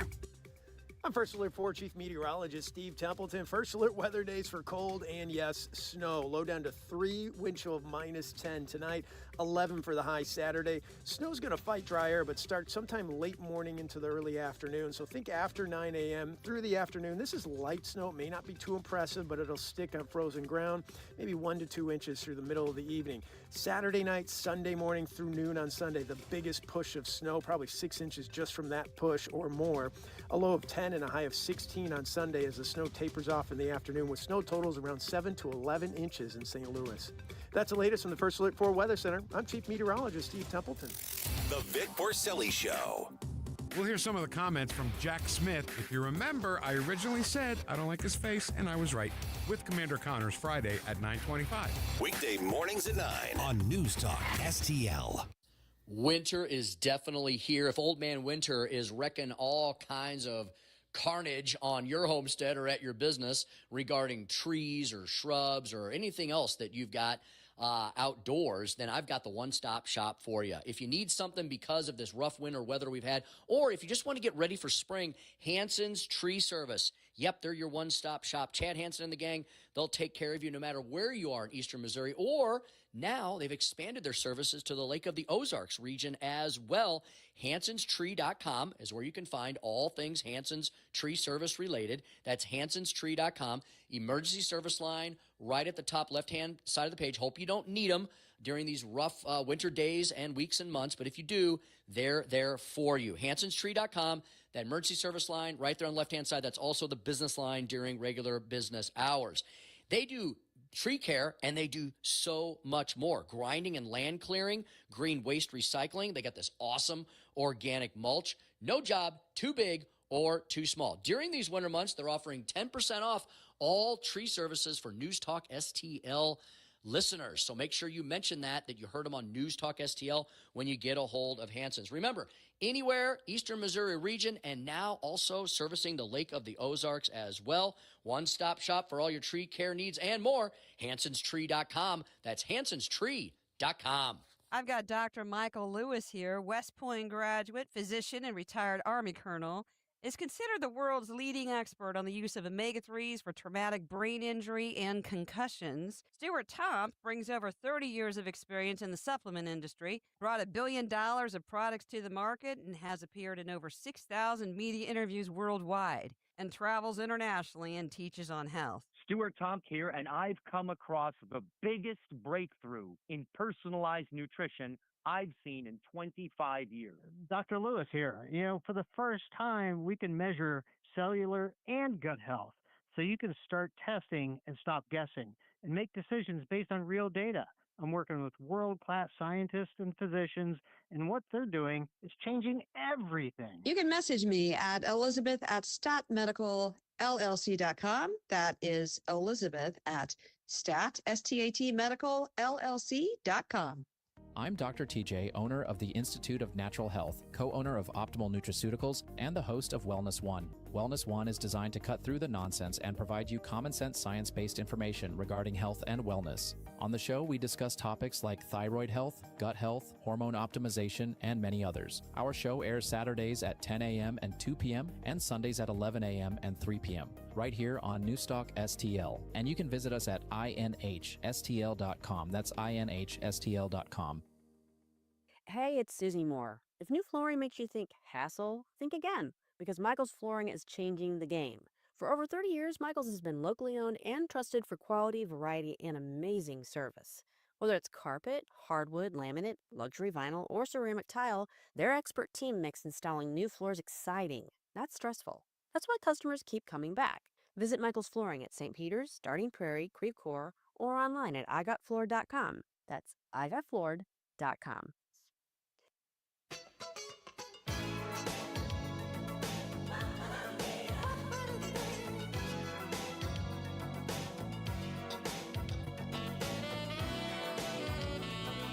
.547 on the Tim Jones and Chris Arps show on the eve of Snowmageddon. Are you ready for it?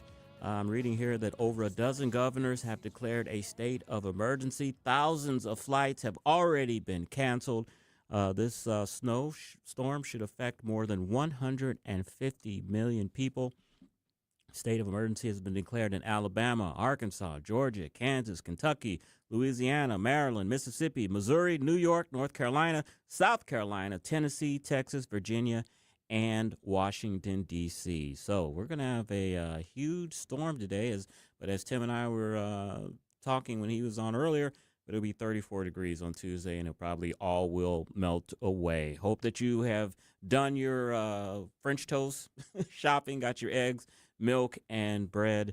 Looks like it's going to be a great weekend to just hunker down, watch the NFC, AFC football championships, drink your bourbon, hot chocolate, have a fire going. That sound like a good weekend there, Ethan, or what? You know, I might have a cigar out in the snow. All right. I don't know. I bought a new coat. It's warm. There It's you a good go. coat. I want to do something in it. Interesting you say that because I picked up my wife and I liquor. She drinks these sweetie apple cider things, and I drink beer, of course. And I actually picked up a few cigars at the liquor store. I wish I'd known you smoked cigars. I'd have brought one in for you. Oh, I would have appreciated it because I only smoke the real cheap ones. And makes my coat smell bad after that. Well, I'm glad you admitted that. Yeah. All right. What was I going to say? Oh, we have, before I get to the big movie, this was very big for me. As a kid of the 60s, I was born in 66. We put a man on the moon in 69. John F. Kennedy, of course, said in his presidential address, inaugural address, that we were going to put a man on the moon by the end of the decade. We ended up doing that 1969. So I grew up with the space program. I remember all of the lunar launches. I remember the Apollo missions and all of that. And it was especially, I remembered it because my dad at the time worked for General Foods, which is no longer in business. Kraft, Colbert, Kravis, Colbert, something like that. Big firm bought them out. But they had a lot of brands that you remember. And one of them was Jell-O pudding, Post cereals, and Tang. And many people don't know that Tang was originally a drink that the astronauts drank. It's basically orange juice, but it's powdered orange juice. And that was originally designed for the astronauts, and Post ended up making it a commercial product. So I grew up on Tang. And with my father working for General Foods and Tang being a big sponsor, I guess, in a sense, of the space program, I've got, still to this day, I've got coins with all of the space missions on them. I had at one time a lunar buggy, a duplicate of the moon lunar buggy. So I was very much into the space program growing up, which a lot of my peers are. The reason why I bring that up is that it looks like we are heading back to the moon.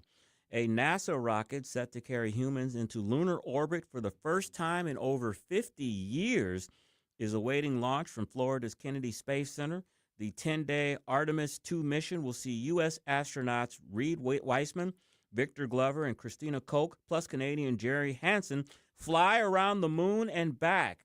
It's a dress rehearsal for a planned lunar landing with Artemis 3, the equivalent of Apollo 10 before Apollo 11's One Small Step.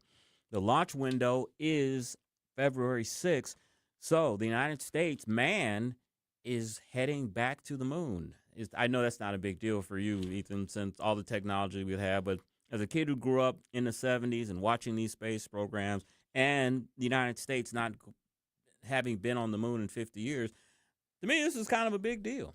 I mean, look, with the, I'm still, I was too young, but I've seen the footage, okay, of that Challenger explosion. Yeah, oh, yeah. You couldn't get me on a rocket ship. Yeah. You couldn't. I thought you were going to say you've seen the footage of the flag that was planted on the moon, and because there's no air or wind on the moon, the flag looked like it flying, and so you didn't. So you were going to say, I don't believe we actually went to the moon. Okay, I wasn't going to get into that. Yeah, very, very thoughtful of the stage directors not to make the flag fly. I forgot what it was, but there was I'm not a scientist at all, but there was a plausible explanation on why it looked like that flag was waving. I can't remember what it is, and I'm not even going to try to remember or explain it, but I think we did go to the moon. Do you think we went to the moon? My problem is I'll say yeah, but I've become such a skeptic about so many things. I try not to weigh in because I'm just so skeptical. I understand. All right. One more story before we get to the big movie. Transportation, next year is the 250th anniversary of the United States. Transportation Secretary Sean Duffy is pushing to host an IndyCar race on the National Mall in August, a part of America's 250 celebration. That's according to many sources. The race would start at the Supreme Court and cover a full lap around the National Mall, including the Lincoln Memorial, Pit Row, would be the Lincoln Memorial Reflecting Pool. Organizers are targeting August 21st for the event. Sounds great, doesn't it? It'd be something to celebrate America, a NASCAR race in the middle in Washington, D.C. Wow, who would be against that? Of course, Democrats. Congress has to approve legislation to make this happen, and it's unlikely since Democrats aren't thrilled about the idea.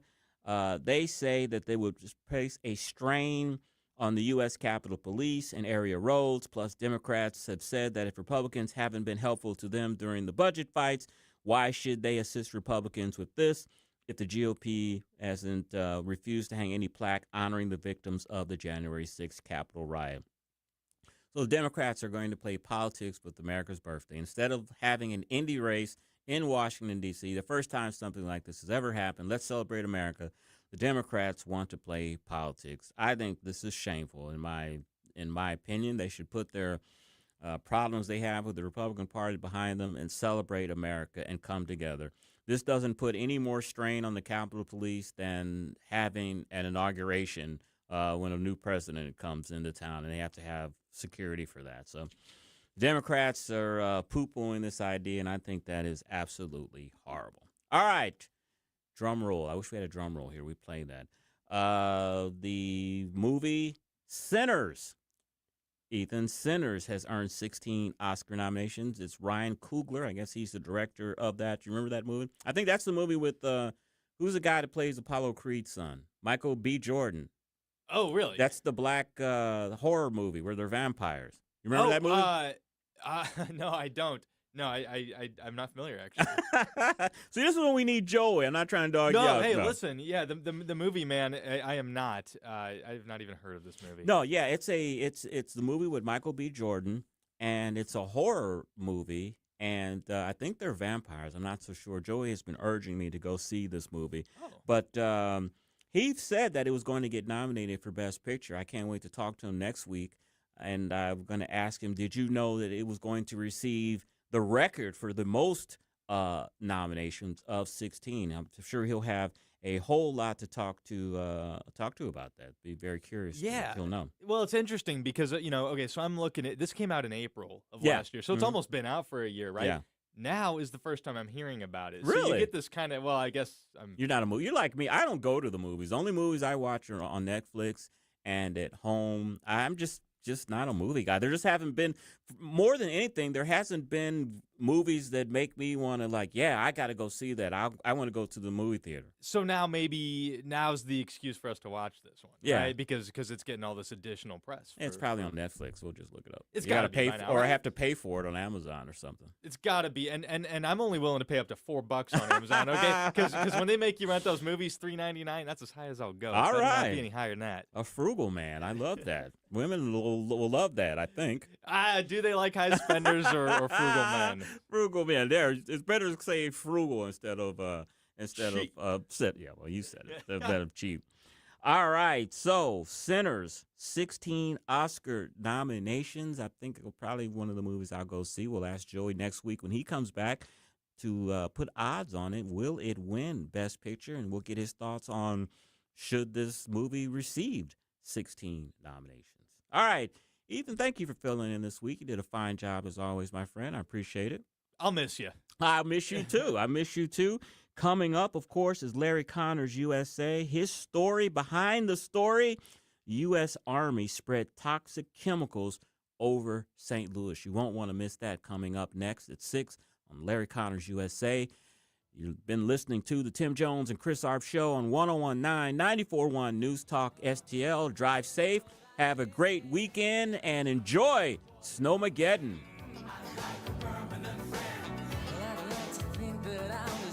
Hungry for the best steak you'll ever have? Head to the heart of Moscow Mills and discover Harry J's, a local landmark and family-owned steakhouse, serving up excellence since '98. From mouth-watering appetizers to decadent desserts, Harry J's has something for everyone. Enjoy our extensive bar selection while soaking in our friendly family atmosphere. Whether dine in or carry out, your meal is prepared to perfection.